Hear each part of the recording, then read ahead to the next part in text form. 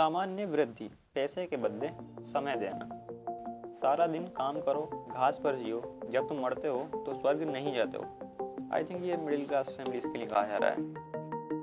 ठीक है दोस्तों, आगे बढ़ते हैं। पैसे के बदले समय की चक्की।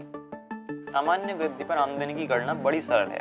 प्रति घंटे तनख्वाह इंटू काम के घंटे इज इक्वल टू आमदनी। इसको थोड़ा सा समझ लेते हैं। मान लीजिए प्रति घंटे तनख्वाह, किसी की प्रति घंटे तनख्वाह यानी 1 घंटे में वो 100 रुपये कमाता है, इंटू काम के घंटे यानी वो 8 घंटे मान लो काम करता है, तो इंटू काम इज इक्वल टू आमदनी। तो उसकी आमदनी हुई पर डे 800। आई होप आप समझ गए होंगे। आगे चलते हैं। सामान्य आमदनी में समय की 1 इकाई के बदले में पैसे की 1 इकाई मिलती है। इसका मतलब ये है कि सामान्य वृद्धि पर आधारित आमदनी बढ़ाने का एकमात्र तरीका ज्यादा घंटे काम करना है या फिर प्रति घंटे तनख्वाह बढ़वाना है। पेंटर और प्रोफेशनल।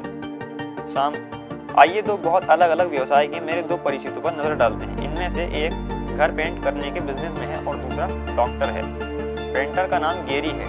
गेरी कड़ी मेहनत करता है। वो सुबह जल्दी ही काम में जुट जाता है और अंधेरा होने तक लगातार काम करता रहता है।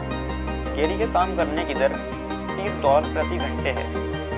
अगर खुशकिस्मती से गेरी हर दिन 10 घंटे काम करे और सप्ताह में 6 दिन काम करता रहे तो 1 साल में उसकी कमाई $60,000 होगी। देखिए, $60,000 की रकम कम नहीं होती है। बहुत से लोग 1 साल में $60,000 कमाना चाहेंगे, लेकिन गेरी 1 साल में इससे ज्यादा कभी नहीं कमा सकता। अब जरा ये भी देख लें, गेरी अपने बेहतरीन साल की कितनी कीमत चुकाता है। ये सप्ताह में सिर्फ 1 दिन अपनी पत्नी और बच्चों के साथ रह पाता है।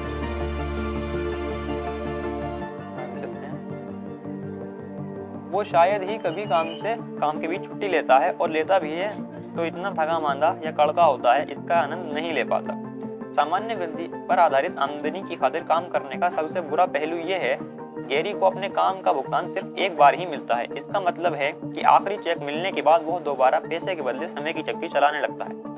प्रोफेशनल्स, ज्यादा आमदनी वाले हाउस पेंटर्स से अधिक नहीं।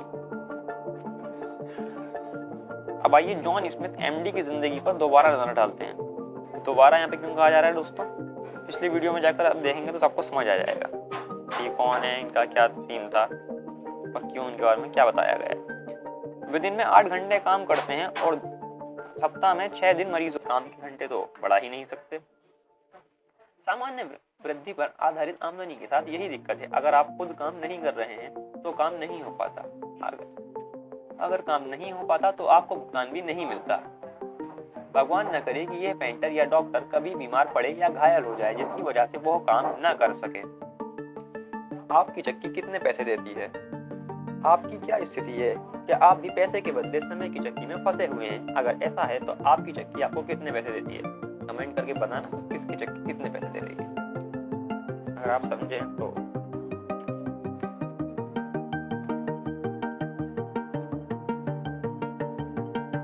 आपको हैरानी होगी जब आप अपनी सालाना आमदनी की तुलना किसी बड़ी कंपनी के सीईओ के भुगतान से करेंगे।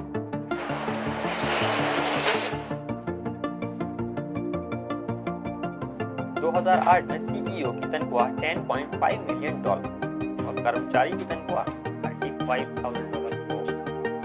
तो बहुत ही ज्यादा फर्क, बहुत ही ज्यादा। क्या ये आश्चर्यजनक नहीं है कि कंपनी के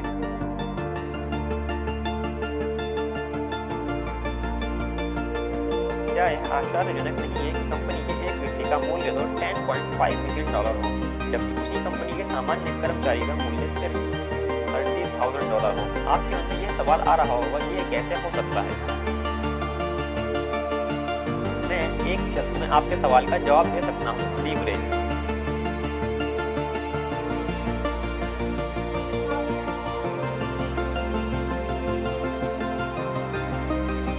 अपने कर्मचारियों के माध्यम से अपने समय और योग्यताओं की लीवरेजिंग करता है। अपनी 100%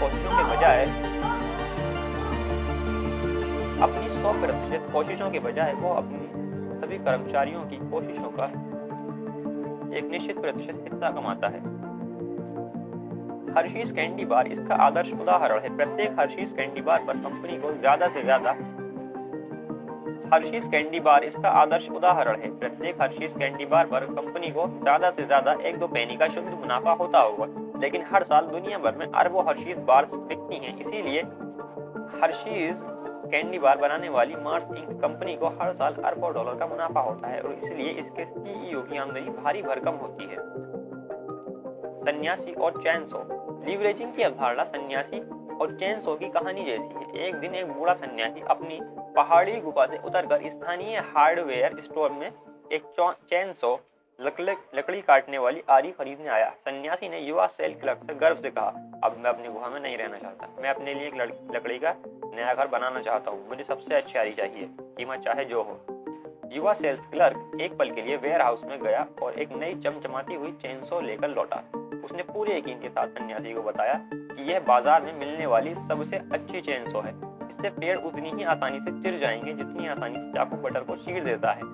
मैं गारंटी देता हूँ कि यह महीने भर की लकड़ी एक ही दिन में काट देगी, वरना मैं अपनी तनख्वाह से आपका पूरा पैसा लौटा दूंगा। यह सुनकर सन्यासी खुश हो गया। उसने क्लर्क को पैसे दिए, अपनी चमचमाती चेनसो का हैंडल पकड़ा और पहाड़ की ओर चल दिया। ठीक एक महीने बाद जब युवा क्लर्क जो शेल्फ पर सामान जमा रहा था, तभी उसने सन्यासी की आवाज सुनी जो हवा को कोड़े की तरह चीरती हुई आई।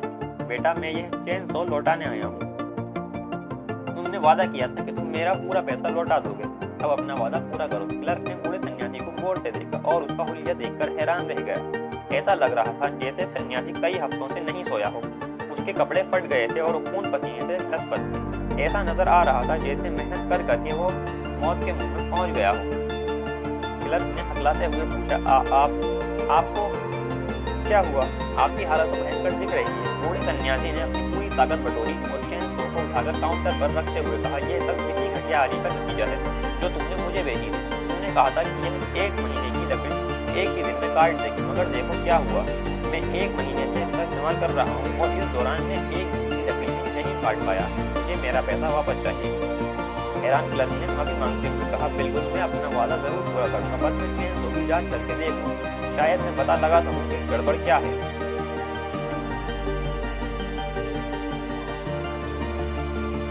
क्लर्क ने पुल रॉक को जोर से खींचा और चेनसो की आवाज दुकान में गूंजने लगी। सन्यासी काउंटर से उछलकर पीछे पहुंच गया जैसे उसे किसी ने गोली मार दी हो। फिर वो जमकर चिल्लाया, यह आवाज कैसी है? ये कैसी आवाज? लीवरेज के बारे में सबक।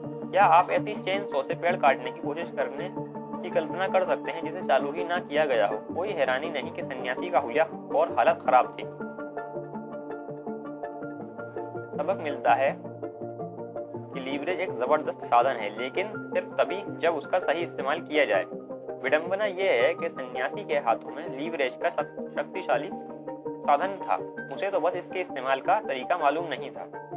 ज्ञान पहला कदम है। सही स्थिति में सही किस्म के लीवरेज की नकल करके हम पहाड़ हिला सकते हैं और मिलियनों डॉलर कमा सकते हैं। सवाल यह है कि आप दौलत बनाने के किस सिस्टम की नकल करना चाहते हैं? क्या आप यही चाहते हैं कि आपका हाल भी उसी बूढ़े सन्यासी जैसा हो? क्या आप भी बहुत कम फायदे के लिए बहुत ज्यादा मेहनत करना चाहते हैं?